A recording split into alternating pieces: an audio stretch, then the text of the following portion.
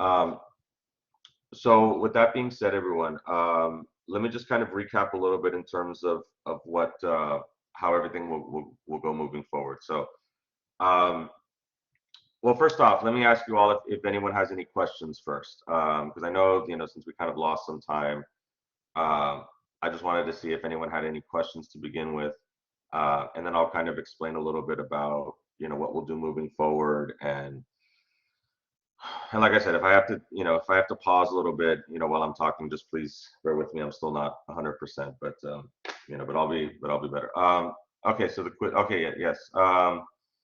Okay, yeah, and thank you so much. I was actually going to get into that. So what I've decided to do is I've decided to push everything back. So the chapter one stuff that I had open for you all, and I'm sorry that I wasn't able to get the rest of the stuff open. What I'm going to be doing is I'm going to be opening up the next couple of chapters early for you all, so that you all can work ahead if you all want to. Um, the chapter one stuff is not going to be due till next week. Since we'll talk about it a little bit, and we'll discuss it a little bit today. Um, but yeah, so the chapter one stuff won't be due till next Tuesday, the 27th. What I'm also gonna the test. Okay, all right. So let me. Okay, so good question, Nicholas. Okay, so the test. All right, now the test is going to. There's going to be two options for the test.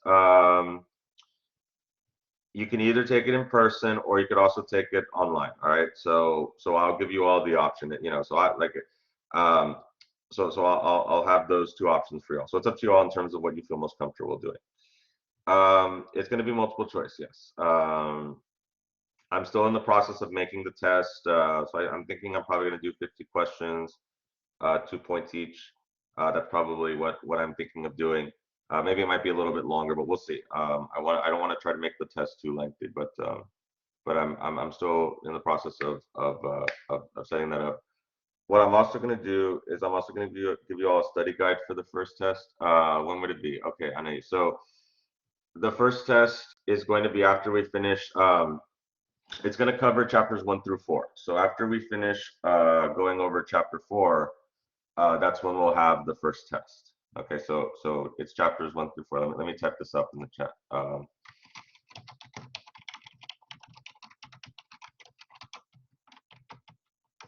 Okay, so the first exam will cover chapters 1 through 4. Um, and so once we finish chapter 4, then we'll have the first test here.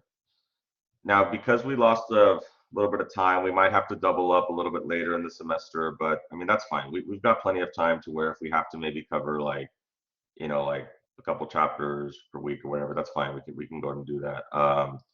But we've got enough time. I don't, we've got enough time to cover everything that we need to. We might just have to do it a little bit faster, but it's fine. These things happen. I mean, um, I wasn't expecting to get sick, but it happens. Life happens. Um, but yeah, the first test will be chapters 1 through 4.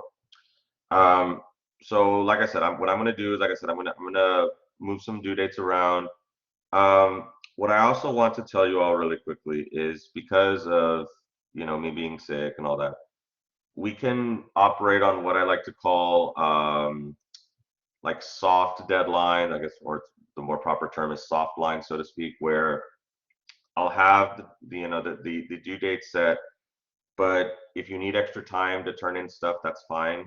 Um, like I said, we're kind of having to make some changes to the schedule already. So we can operate, on that. We can operate that way where if let's say you need a little bit more time, like to turn in the quiz or the primary source exercise, that's fine. Just try to get them in. If you can get them in by the due dates, that'd be great. In fact, that's excuse me. Sorry about that. Okay, hold on. Very sorry about that. So that is what I would definitely want for y'all to do if you can. But if you need a little bit more time, don't panic. Don't feel like, oh, the sir's not going to accept late work. Like it's fine. Just try to get everything in when as quickly as you can. But if you need a little bit of extra time, that's fine. And of course, I'll let the other class know that as well. Um, so what I'll do is I'm going to open up. I'm going to open up some chapters early. Okay, so I'll be working on that this week, where I'm going to try to open up uh, the second chapter as well as the third chapter. So I'm going to try to open up these chapters early so that you all can already kind of get a head start if you all want to. I know that you all had still been working on trying to get your textbooks, so I guess it's kind of okay that if I was going to get sick, it would be good that it happened at the beginning of the semester when everyone was still trying to get their textbooks. So I guess it kind of worked out as well. Because I understand that that also might take a little bit of time as well. So, but yeah, so we'll do that. Um, okay, so other questions you all have. I want to know if you all have any other questions, and then other questions. Is there anything else that I can help you all with before we kind of, discuss a little bit about chapter one here? Um, any other questions that I can help you all with, or does that kind of make sense? Or the quiz?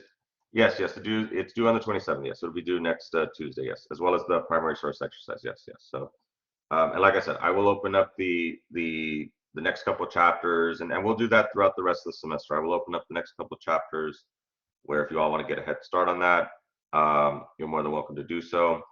And like I said, so after we finish chapter 4, that's when we'll have the first exam here. So okay, I know someone else also asked a question about discussions. Just remember that the discussions we don't have weekly discussions, we have unit discussions, so there's just going to be one discussion per unit.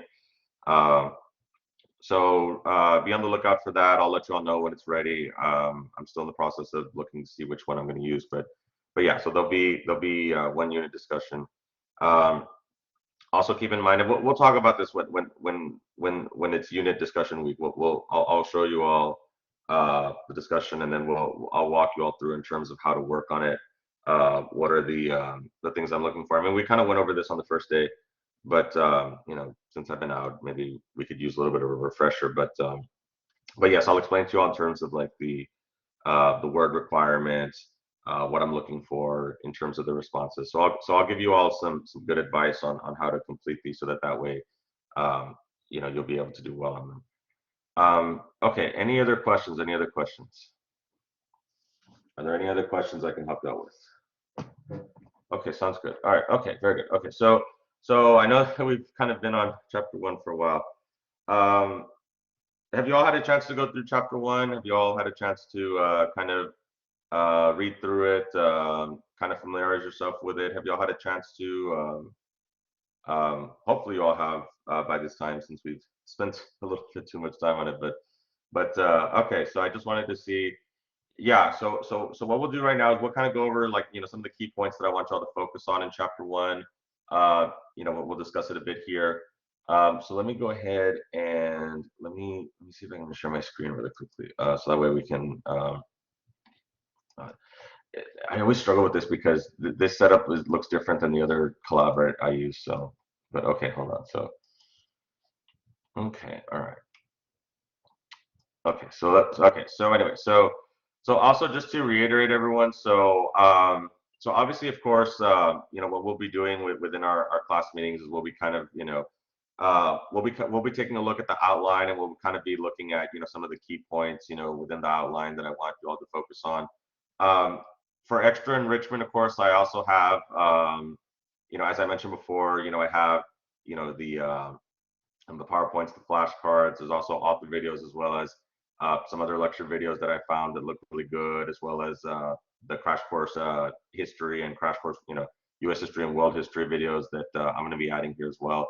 So there's a lot of extra stuff that you all can look at, as well as additional resources that I'm still going to be adding throughout the semester as well here. So there's a lot of good stuff there that I want to populate within Blackboard for you all, so that you all can kind of get a good sense of so you all can have everything that you all need in terms of progressing through our class here. But yeah, anyway, so with that being said, so obviously, of course, this chapter, of course, is the introductory chapter to to U.S. history. So we definitely got to start from the very beginning, right? And a lot of this stuff you probably already have seen before. You all are probably familiar with the with the with the Native Americans, coming across the land bridge, from Asia back when Siberia and Alaska were, connected, back, the, 15,000 to 60,000 years ago, right? So this is, you all probably are very familiar with this, right? We've taught this throughout K through 12, and it's something that I'm sure you all are very familiar with, growing up and learning about it in your history classes, right? Um, so it's definitely interesting to see, when we look at this history in terms of just how developed, a lot of these Native Americans groups were, such as, if you look at, the Aztecas, the Mayans, also, to the Incas, and then of course, down in South America, and then of course also within our own Native American groups within North America as well here. It's very interesting to see, just um, how intricate these civilizations were, type of thing, right? So yeah, so definitely, do focus on that, as well as some of these other groups, such as the mound builders of the Mississippi River Valley. Definitely be familiar with them as well. Uh, and also, and this chapter does a good job of looking at a lot of these different groups, such as the Hopi and the Zuni, over in the American Southwest, as well as, the Pueblo Native Americans. So definitely do take a look at that as well. So definitely do familiarize yourself with a lot of the different, tribes that we see here. I mean, we'll talk more about these Native American tribes later on as we go through. Sorry about that. I totally forgot that I hadn't silenced my phone. I apologize for that. So be familiar with some of these groups as well.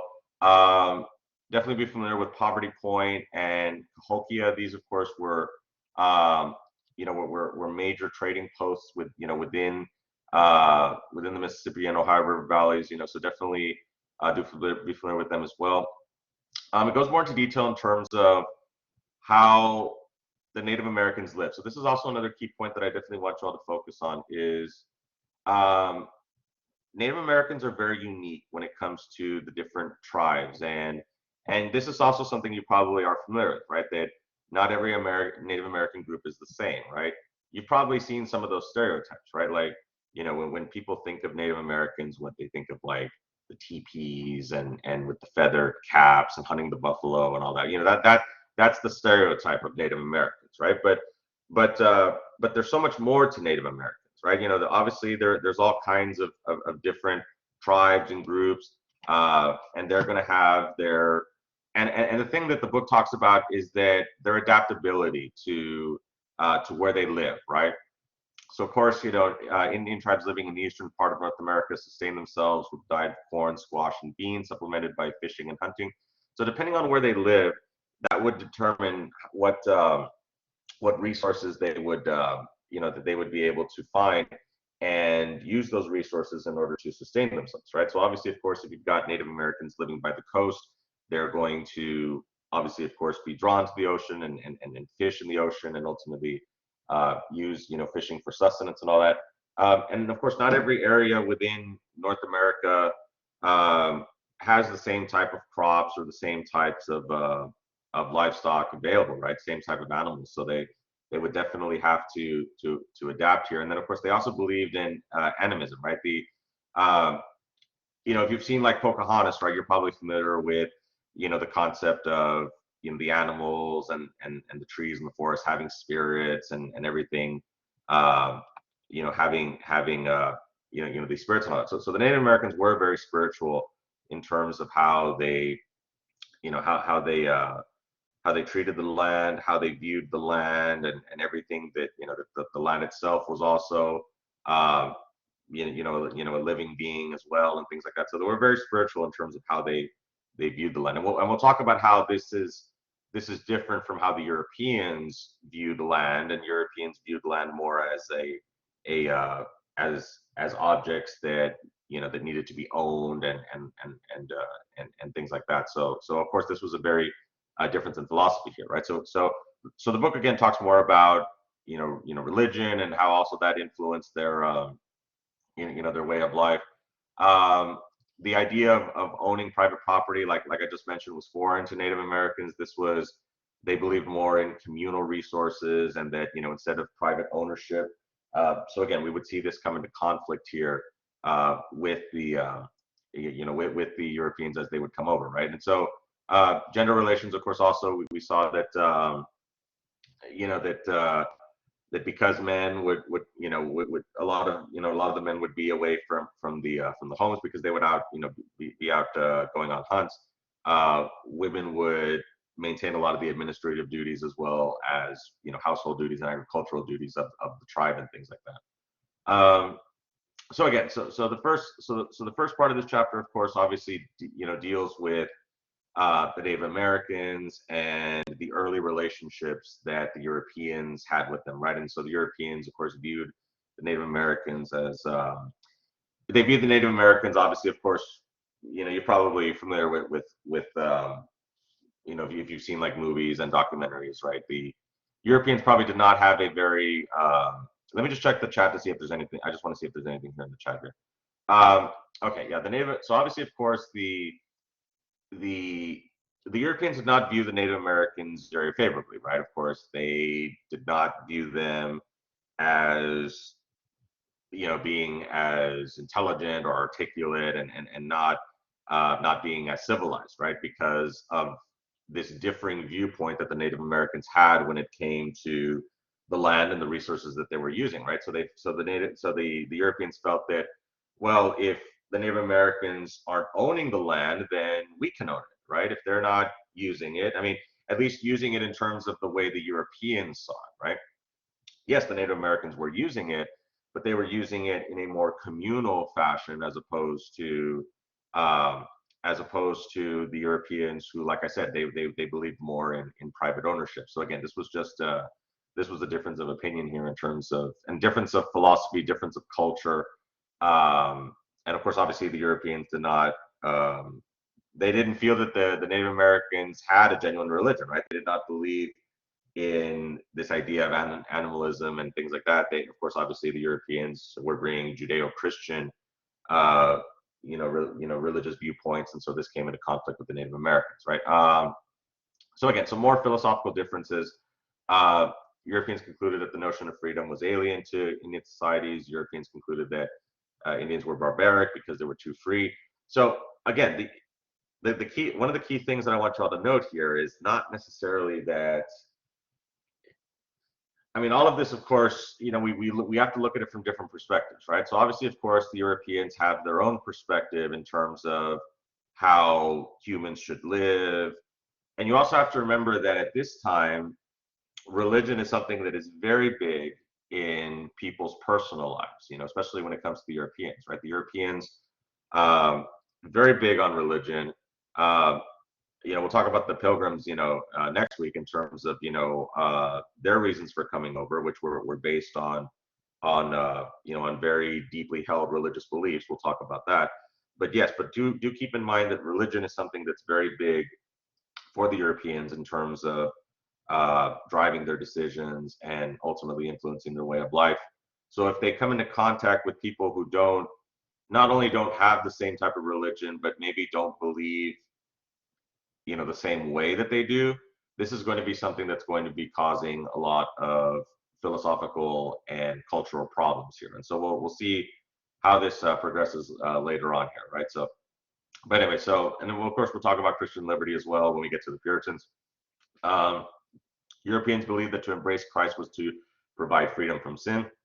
Christian liberty had no connection to later ideas of religious tolerance. So the book talks about how this idea of Christian liberty is kind of different from what we might perceive as today, right? The idea, more modern interpretations of liberty are that, this idea of right to privacy, this idea of being free.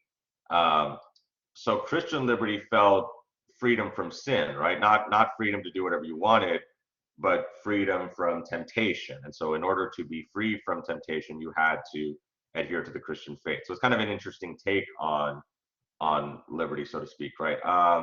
So yeah, like I said, religion permeated every aspect of people's lives. It really influenced people more. I'm not saying that religion isn't important today because it definitely is. There's still a lot of people that uh, are deeply devoted to their faith. I know I am as well.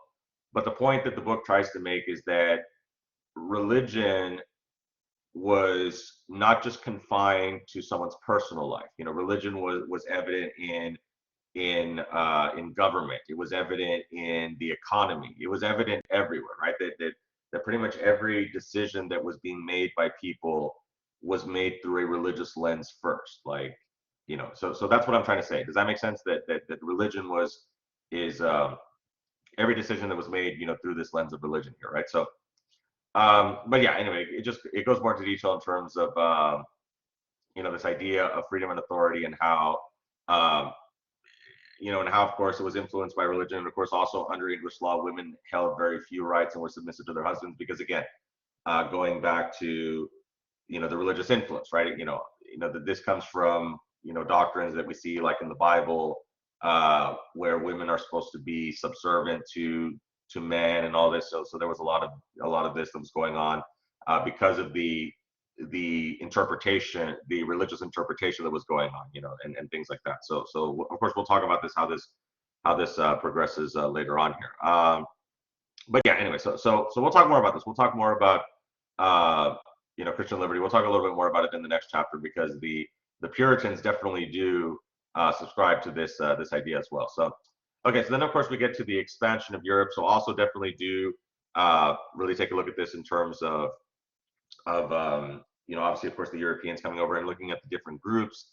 So of course, you know, we had the Chinese Admiral Zhang He led 7 naval expeditions into the Indian Ocean between 1405 and 1433, even exploring East Africa on the 6th voyage. So this is where we start to see. Excuse me, let me just take a sip of water really quickly.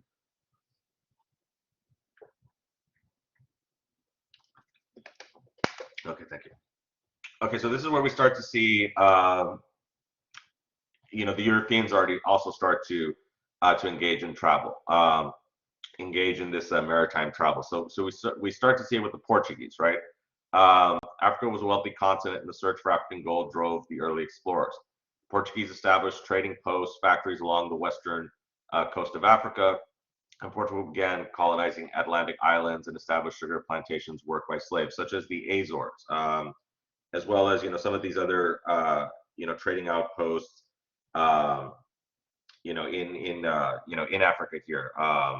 So the Portuguese, of course, were kind of the first ones to really begin with a lot of this, you know, this maritime exploration. And then, of course, obviously, we would see this is where we started to see the beginnings of, you know, the transatlantic slave trade.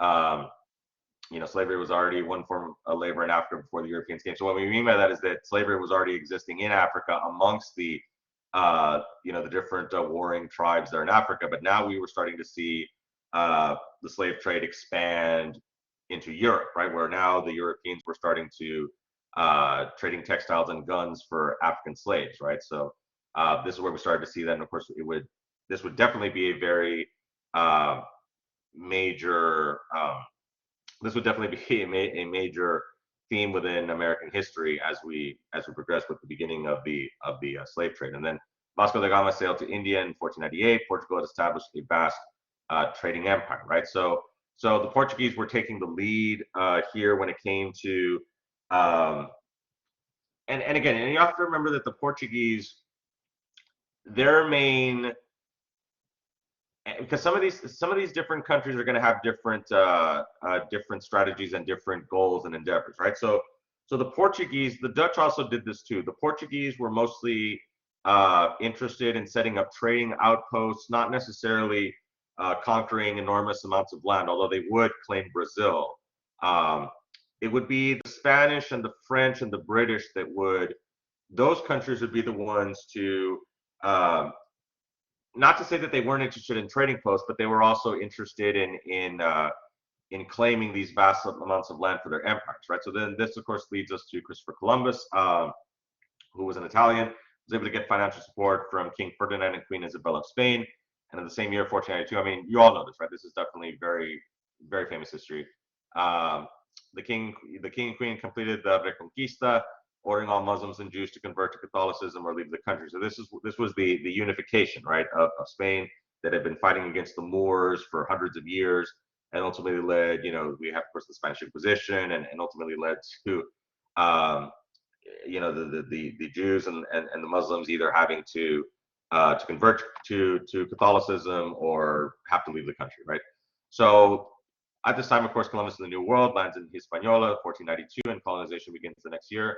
Nicolas de Ovando establishes a permanent base in Hispaniola, and Amerigo Vespucci, who America is named after, sailed along the coast of South America between 1498 and 1502, right? So of course, obviously, of course, the history of Christopher Columbus, of course, obviously very well known. Um, there is like some misnomers that everyone thinks, oh, he was trying to prove that the world was round and all that. That had already been established. That the world was round. What Columbus was trying to what he was trying to investigate was, could he get to the Far East in a faster method instead of sailing around the Horn of Africa and going up through India? Could you just go west and then come around the other side? Which is true. That is true. Had there not been the continent that was in the way, right? Now, the book also mentions, of course, that Columbus was not the first European to reach North America. Of course, we had the Vikings and Eric the Red that came over a couple of hundred years before that. But word didn't spread about that discovery across the rest of Europe, right? So Columbus was the first one to really, where we got that attention, right? And of course, this would lead to other explorers coming over, right? So news could not travel quickly, especially news could now travel quickly, especially with the invention of Johann Gutenberg's printing press in the early 1400s, right? So had the printing press been around before then, the Vikings might have gotten more notoriety for their discovery. So John Cabot had traveled to Newfoundland in 1497, and soon many Europeans were exploring the New World, right? So now, of course, we had the British and the French also coming over, right? So Vasco Nunez de Balboa trekked across Panama, first European to see the Pacific Ocean. Ferdinand Magellan led an expedition to sail around the world. So this is another important expedition. Now, Magellan didn't make it across. He passed away on his trip around the world, but his crewmen were able to make it all the way back to Spain here. And then two Spanish conquistadores, Hernán Cortés and Francisco Pizarro, led devastating expeditions against the Aztec and Inca civilizations, respectively, in the early 1500s. So this, of course, is where we start to see the beginnings of the Black Legend. There's a video that I have on Blackboard that talks about this, right? Talks about how that the Spanish, of course, and you all are probably familiar with these, especially with Cortés, right? Cortés gets covered a lot, especially like in Texas history, because obviously, of course, Texas being a part of Spain, that is a part of our state history as well. So we see that Cortés, of course, obviously, goes and with the assistance of some other warring Native American groups, they lead this conquest against the Aztecas and ultimately conquer Tenochtitlan, and then of course they rebuild it into Ciudad Mexico. But yeah, so the thing, of course, that I want you all to remember about the Spanish here in this chapter is, what is the ambition of the Spanish, right? So when we look at the Spanish Empire, right, I want you all to look at what their motives are. Why are they doing this? What are they looking to gain from the New World, right? I mentioned before how the Portuguese were more interested in trading outposts, whereas with Spain, their main of course main goal is to get rich, right? To be able to find gold and silver within the Western Hemisphere, right? So the Columbian Exchange transferred not only plants and animals, but also diseases such as smallpox and influenza. This is also important to remember because this, of course, is what caused so many of the Native Americans to. Oh yeah, I thought I had silenced that. Sorry about that. This caused, of course, the Native Americans so much harm, so much devastation due to the fact that they did not have the antibodies against smallpox and influenza because they had been shielded away, for centuries from the Europeans, right? Because this is the first time that the Europeans have come into contact with the Native American groups. So you can imagine what happened to them, because they just had never been exposed to these types of viruses, right? That's why if COVID happened back then, we'd be much safer because of the fact that they weren't so interconnected by then. The reason why it spread so fast was because everyone's all connected now, right? We've got airplanes and everyone can go anywhere in the world. So back then, when you didn't have transportation like that, you could have a situation where you could have like one part of the world totally not be infected by viruses and illnesses and diseases because there's no way for the disease to get to that other part of the world. Now, of course, it's different, but back then, um, yeah, they were pretty much shielded. But then once they came into contact with the Europeans, uh, almost all of them were wiped out. So native populations were significantly depleted through wars, enslavement, forced conversion to Christianity, and disease here. So okay, okay, I want to see how much more we have to go. Okay, okay, so we'll try to cover as much as we can by today. Okay, so then of course, again, focus of course on the Spanish in terms of building up their empire here.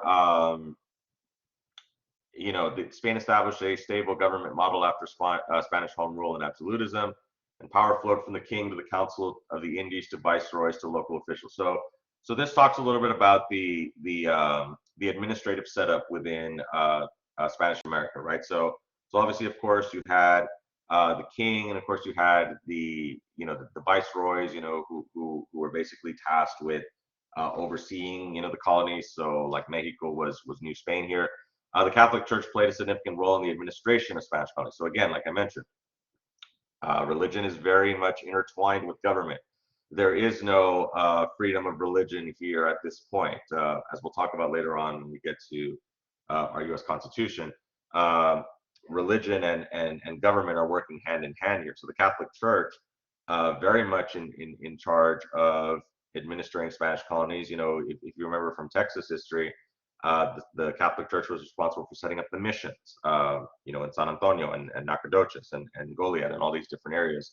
So they were allowed to be able to set up those missions for administrative purposes here. So colonists in Spanish America, gold and silver mining was the primary economy in Spanish America, like we mentioned.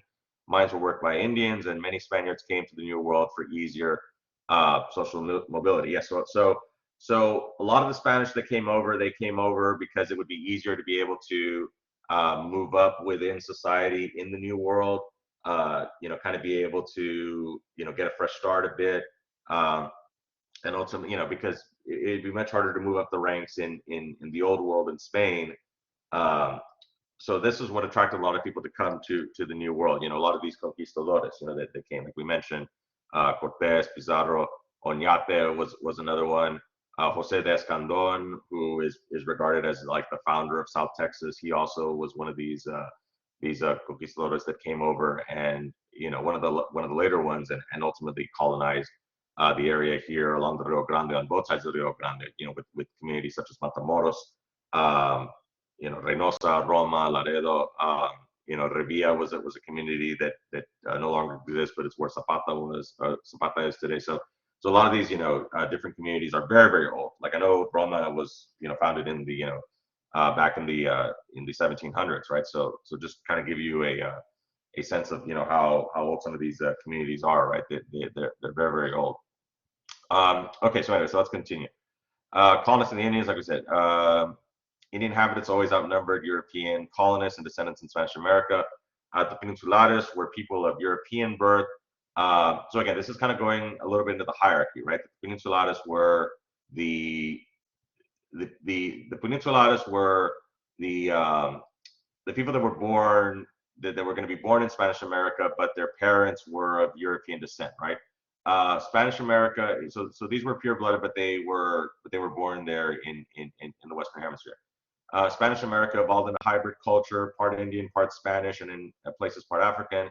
Mestizos were persons of mixed Indian and Spanish origin, right? And so this is where we had the intermixing of the different races and the different groups. And of course this was a large part in terms of forming the the Hispanic community that we see even to this day, right, where people are of mixed heritage, right? So this is of course where we saw this happening here in Latin America here. Justification for conquest: to justify their claims to land that belonged to someone else, the Spanish relied on cultural superiority, missionary zeal, and violence. So this leads us to the Black Legend.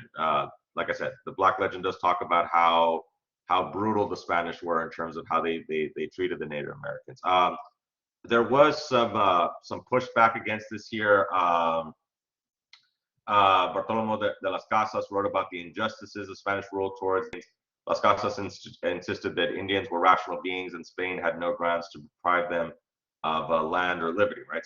So believe that the entire human race is one, favored African slavery. So yeah, so Bartolomé de las Casas, he is interesting, right? Because he was fine with African slavery, but he felt that the Native Americans had to be treated with respect here. So there's still, you know,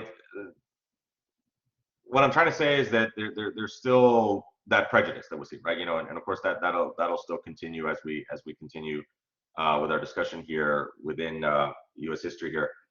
Missionary element existed from the church's long holy war against Islam and was renewed with the Protestant Reformation in the 16th century. So this, of course, talks about, I mentioned about the missions a little while ago, right? So so the Spanish not only were, their two main objectives within the New World was obviously, of course, to, you know, try to, you know, mine as much silver and gold as possible, but also to convert the Native Americans. So they felt that this was a religious duty set forth by God to them, that God put it in their path to discover, and I say this in quotations, right, to discover this brand new continent with this large group of people that have never heard of Jesus Christ, and the task before them is to convert them. So the Spanish looked at it as a responsibility, right, as an opportunity that was presented to them, that God willed for them to locate this continent with these you know, hundreds of thousands of people, you know, that had never heard of the word, and so now it was their responsibility to try to convert them, right? And so national glory and religious mission went hand in hand, with the primary aim of the Spaniards being to transform the Indians into obedient Catholic subjects of the crown. Not only diseases contributed to massive deaths, but also brutal conditions of forced labor, like we were talking about, the Black Legend here. Many Spanish colonists saw no contradiction between serving God and enriching themselves and the souls to be saved, but also be a labor force in the gold and silver mines. So you can see that the Native Americans were clearly exploited here by the Spanish. And so when we're talking about, when I was mentioning a little while ago how brutal the Spanish were, this is an example right here. So the Spanish, of course, were extremely brutal to the Native Americans in terms of how they treated them, not just exploiting their natural resources, but also making them basically give up their own natural resources, right? Working in the mines to give up, to mine the natural resources and to give those up to the Spanish, natural resources that belong to them. So to add insult to injury, not only are the Spanish stealing their own natural resources, but they're the ones that are giving it to them. Does that kind of make sense? That they're the ones that are mining it and having to hand it over to the Spanish. So it was definitely, hugely exploitative, making the Spanish having to give up their religious faith because, again, as I mentioned, a lot of these Native American groups did have their own religion, right? And so they had to give up their religion. They had to give up their native tongues. They had to give up everything, right? They had to give up, they had to give up everything in terms of their identity, their cultural identity, their economic identity and things like that. So they had to give up so much to the Spanish in terms of what had happened here. So again, so let's kind of continue a little bit here. Let's see. Okay, I think we can finish off here with the end of the Spanish. Okay, so then so reforming the empire, right? So Las Casas writings encouraged the 1542 new laws, which forbade Indian enslavement, and then in 1550 Spain abolished the encomienda system and replaced it with the repartimiento system. So again, so we would see how the way that the Native Americans would be treated and administered would be changing here, right? So exploring North America and what would become the future United States, Spain established the first permanent colony on the island of Puerto Rico in 1508, which I don't know if y'all heard in the news.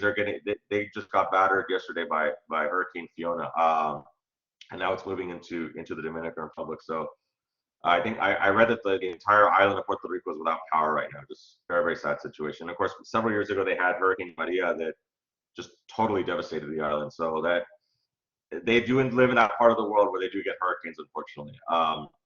But yeah, so my heart goes out to the people of Puerto Rico. Hopefully they'll be okay. So Juan Ponce de Leon, the leader of the colony, Fangon, of course, Ponce de Leon, the the fabled fountain of youth, right? That's what everybody knows him for, right? They were trying to find the fountain of youth in Florida. Most other later European settlements did not find gold.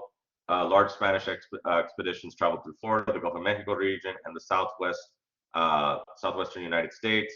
These expeditions, particularly down to the Sotos, brutalized Indians and spread deadly diseases. So Coronado, of course, was another major. His of course was another major expedition as he traversed through the American Southwest looking for the seven cities of Cibola, which were rumored to be these golden cities, right? If you've heard of the mysterious cities of gold, that's the legend. They even made an anime series back in the 1980s about it, which I actually have it. It's actually a really good series. It's one of the best cartoons ever made. If you ever have a chance to watch it, I think it's on Netflix. But yeah, it's called The Mysterious Cities of Gold. It's really cool.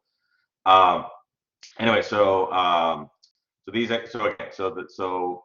course we have Coronado, going through the American Southwest. His group, of course, they're able to his expedition. They discover the Grand Canyon. They try to get down to the bottom of it, but they can't because it's just they're just way too high up on the bluffs there. But they do claim it for Spain. They're able to make it. Coronado makes it all the way to modern day Kansas, and they're not able to find the seven cities. But again, they're able. So even though Coronado's expedition is considered like a successful failure because they didn't find any gold, but they were able to colonize the American Southwest. That's why the American Southwest belonged to Spain, because of Coronado's expedition. Florida, the first present-day U.S. continental area colonized by Spain, had forts as early as the 1560s. I'm sorry that I'm talking a little bit too fast because we're already running out of time here. To protect Spanish treasure fleets from pirates, St. Augustine was colonized in 1565. In 1566, the Spanish traveled far north to establish Santa Elena in present-day South Carolina. So they went further north from Florida, and they were able to establish a temporary outpost in the South Carolina area. Spanish missionaries sought to convert Indians without much success. In as late as 1763, Spanish Florida had only 4,000 inhabitants of European descent. So that's another interesting aspect of the Spanish that I want for us to remember, is that the areas were not very highly populated, like Florida, Texas, um, even in New Mexico. Yes, they had Santa Fe, but these areas weren't very highly populated, which ultimately contributed to that was part of the downfall as to why the Spanish ended up losing, or Mexico, right? Because then Mexico gained their independence, and then they lost it to the United States. But that's one of the reasons as in terms of why that happened, because of the sparsely populated areas. But we'll talk about it. So then in 1598, Juan de Oñate led settlers into present-day New Mexico. Oñate destroyed Acoma, a centuries-old Indian city, in response to an attack, and then we had the Pueblo Revolt that revolted against the Spanish in 1680. Pueblo Indians, led by Pope, rebelled against the Spanish colonists in present-day New Mexico for forcing the Indians to convert to Christianity. But then ultimately the Spanish were driven out by the Pueblo Native Americans, but then they would return and reconquer them several years later here. Okay, all right. So we'll stop here. That way, we just have a little bit more to go. We'll see if we can kind of talk about the Dutch and the French really quickly. So that won't take too long, and then we'll work on the second chapter here. So okay, so I hope that this was okay in terms of what I kind of, sorry about that, what I want you all to focus on within chapter one. Like I said, we'll go over the French and the Dutch a little bit later here. We'll do that next week. So, but yeah, definitely do focus on all this here in terms of what we kind of talked about here today. I know I kind of went over that really quickly. But does anyone have any questions or comments or concerns before we end for today? So just remember that we don't meet Wednesday, right? So on Wednesday is the 5 o'clock class. So I'll see you all again when it is time to see you all. I'll see you all again next Monday. So, but does anyone have any questions or comments or anything like that before we leave for today? Does this make more sense in terms of what I want y'all to focus on within chapter one? Does kind of make more sense or? Okay, all right, does make sense. Okay, sounds good. Okay, everyone. All right, okay, sounds good. Okay, well then I guess okay. If there's no other questions, then like I said, I'll open up the next chapters for you all a little bit earlier, so that way you all can work ahead if you'd like to. I'll add those resources for you all as well, so that way you all can get a head start. And then, like I said, I'm very sorry that we kind of I am very sorry that we lost some time here, but we'll pick it up later on throughout the semester. So. Okay, everyone. Well, thank you so much. Take care. Be safe. And we're going to end for today. You all take care and see you all next week. Okay. You all are welcome to stop by on the Wednesday meeting if you all would like to. That's another thing also is that you all can pick and choose, right? You all can do that if you all would like to. You don't have to, but you all can do that if you all like to. So okay. So we'll go to an end for today. Thank you all. Take care. Be safe and have a good rest of your day, everybody. Thank you all so much.